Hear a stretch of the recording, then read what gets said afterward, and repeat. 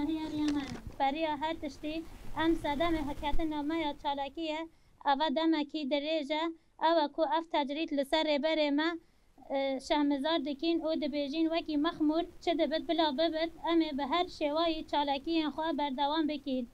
حتی آزادی فیزیکی یا ریبر ما چه نبت ام داوی یا چالاکی خواه ناینین راستا ام به هفدیتنا ریبر آپورا پر کیف خوش بین کو تندرستی آوی باش بو بس ام به هفدیتنا که اقنا نابین دجمن ویا باش بلا بزاند در آلی کردستان ده برخوادان ما بدومن بانگاوازی لهمو دایی کندکین او دبیجین تجریت بسا